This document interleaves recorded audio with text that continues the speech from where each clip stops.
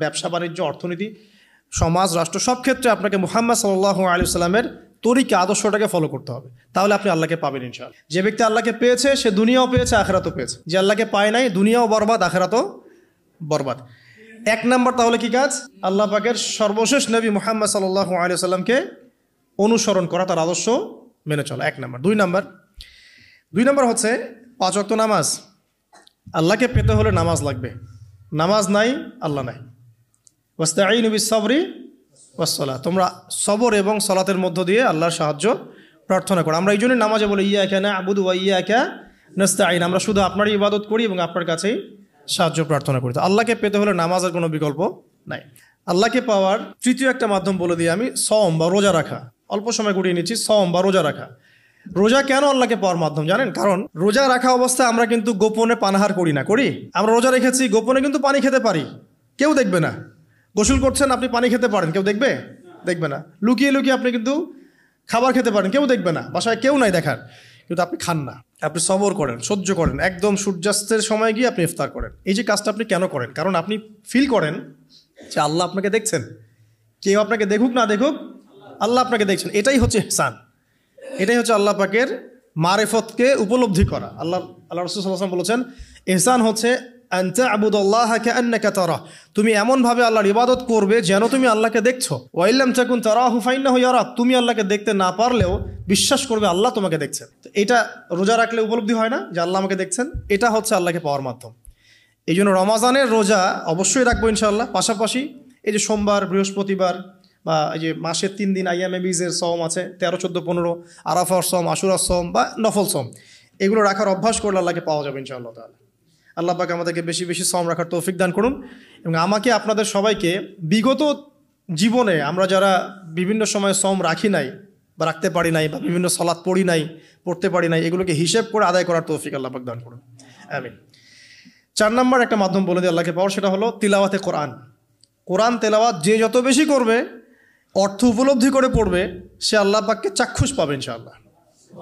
মানে আল্লাহ রাব্বুল আলামিন একটা চিঠি দিয়েছেন, মনে করেন আপনাকে, আপনার একজন, কথার কথা এক্সাম্পল দিচ্ছি, যে আপনার কোনো একজন বন্ধু আছে অনেক দূরের কোনো দেশে, তা আপনি তাকে দেখেনও নাই, আপনি তাকে চিনেনও, মানে আপনি তার চেহারা দেখেন নাই, তাকে চিনেন না, তার সাথে যোগাযোগের মাধ্যম হচ্ছে আপনার চিঠি বা মেসেজ, ঠিক আছে? এখন সে আপনাকে কিছু মেসেজ পাঠালো, এই মেসেজের মধ্যে সে কিছু ইনস্ট্রাকশন দিয়েছে যে এইগুলো করতে হবে, এগুলো করতে হবে, বা আপনার প্রতি ভালোবাসার ইজহার করছে। এখন এই মেসেজটা যদি আপনি পড়তে পারেন, তাহলে আপনি আপনার বন্ধুর সাথে একটা কানেকশন তৈরি করলেন না? বুঝতে পারছি না? আচ্ছা, এখন সমস্যা হচ্ছে কি, আমরা ওই মেসেজটা পড়তেই পারি না। আমরা তো কোরআনটা পড়তেই জানি না, তাহলে মেসেজটা পাবো কিভাবে?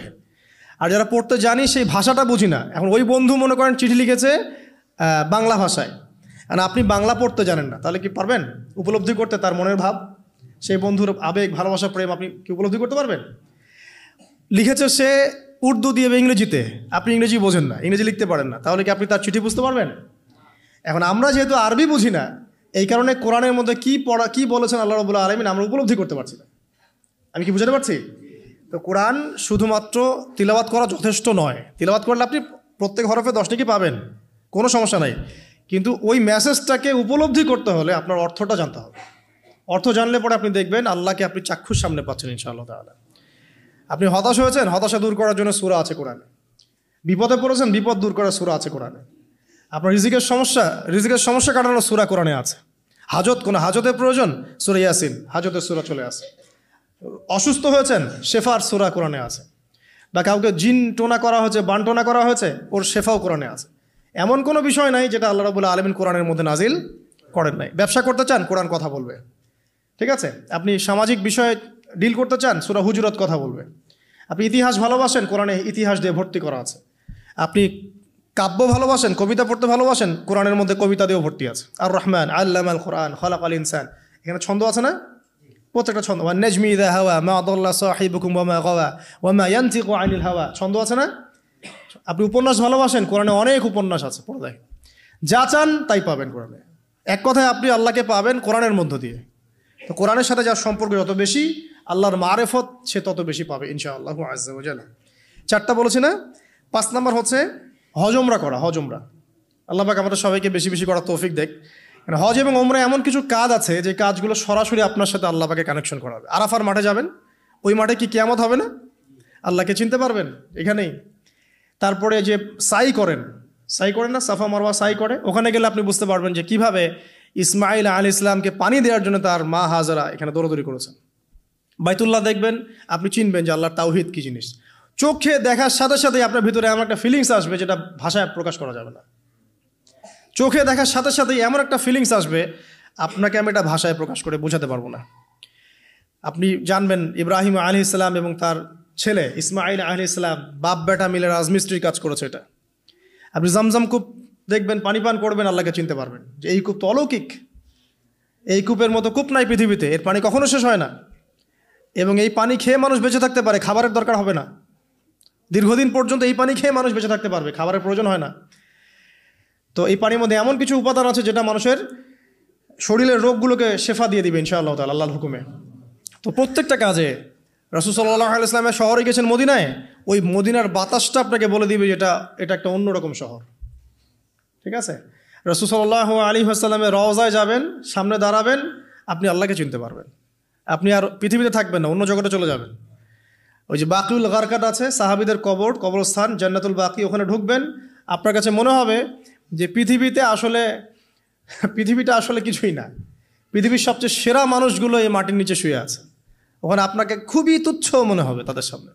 এই যে মানে বিভিন্ন জায়গায় গিয়ে আল্লাহকে চিনতে পাওয়া, এটা সবচেয়ে ভালো হয় হজ এবং উমরাতে গিয়ে। আল্লাহ পাক আমাদেরকে তৌফিক এনায়েত করুন, আমিন। তো এটা একটা আল্লাহকে পাওয়ার নিদর্শন। যাদের হজ ফরজ হয়ে গেছে অবশ্যই হজ করে ফেলবেন, আর যাদের সামর্থ্য আছে তারা বেশি বেশি উমরা করবেন। নবী সাল্লাল্লাহু আলাইহি ওয়াসাল্লাম বলেছেন, এক হজ পরের হজের মধ্যে যত গুনাহ মাফ করিয়ে দেয়, এক উমরা পরের উমরার মধ্যে যত গুনাহ সেগুলোকে মাফ করিয়ে দেয়। আল্লাহ পাক আমাদেরকে এই আমলগুলো করার তৌফিক এনায়েত করুন। 6 নাম্বার বলছি জিকির। আল্লাহ পাকের জিকির বাড়াতে হবে।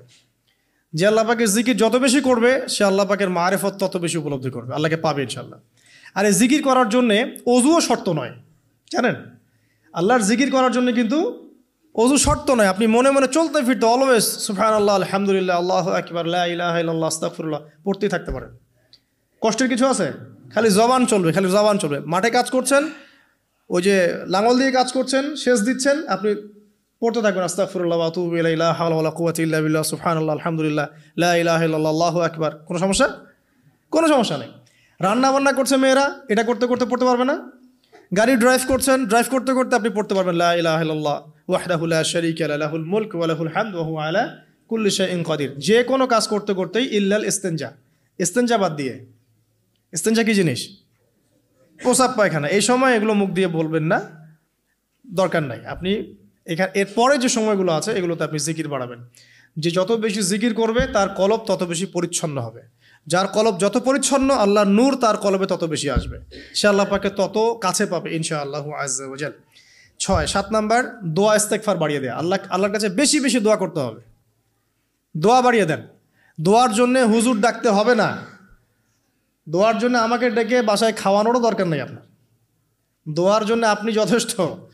নামাজে দাঁড়ান, নামাজের সেজদায় দোয়া করেন, নফল নামাজ পড়েন, নফল নামাজের সেজদায় দোয়া করেন, নামাজের পরে হাত তুলে দোয়া করেন প্রয়োজনে, নামাজে সালাম ফেরানোর আগে দোয়া করেন, যে কোনো ভালো কাজ করেছেন তারপর দোয়া করেন। ঠিক আছে, কোরআন তেলাওয়াত করলেন দোয়া করেন, তাহাজ্জুদের ওয়াক্তে দোয়া করেন, বৃষ্টি পড়ছে তখন দোয়া করেন। ঠিক আছে, মানে দোয়া কবুলের মোমেন্ট, সময়গুলো, আজান হয়েছে, আজান ইকামতের মাঝখানে দোয়া করেন। এই যে এখন খুতবা হচ্ছে, এই সময় দোয়া করেন, দোয়া কবুল হবে। দিনী মজলিসে বসেছেন, দোয়া করেন, দোয়া করতে থাকেন মনে মনে। যত বেশি আপনি দোয়া করতে পারবেন আল্লাহর কাছে, ইনশাআল্লাহ আল্লাহকে আপনি তত কাছে পাবেন ইনশাআল্লাহ। এটা আল্লাহকে পাওয়ার অন্যতম মাধ্যম। এবং ইস্তেগফার মানে কি? তওবা করা। আস্তাগফিরুল্লাহাল্লাযী লা ইলাহা ইল্লা হুয়াল হাইয়ুল কাইয়ুম ওয়া আতুবু ইলাইহি। এটা বেশি বেশি পড়বেন, দিনে কমপক্ষে 70 বার বা 100 বার পড়ার চেষ্টা করবেন। আল্লাহ পাক তৌফিক দান করুন। কয়টা বলেছি ভাই? 7টা। আচ্ছা, 8 নাম্বার হচ্ছে সদকা করা। সদকা, দান সদাকা আল্লাহর কাছে খুব বেশি পছন্দের। দান সদকা করার জন্য সম্পদ লাগে না, আমার কথা শোনেন। দান সদকা করার জন্য সম্পদ লাগে না, কলিজা লাগে, মন লাগে। বহু বড় বড় মানুষ আছে দান সদকা করতে পারে না, কোটিপতি, জাকাত দেয় না, আছে না? আর বহু গরিব মানুষ ভ্যান চালায়, কৃষিকাজ করে, দেখবেন 100 টাকা দান করে দিল, মন থাকতে হয়, মন, কলিজা বড় থাকতে হয়।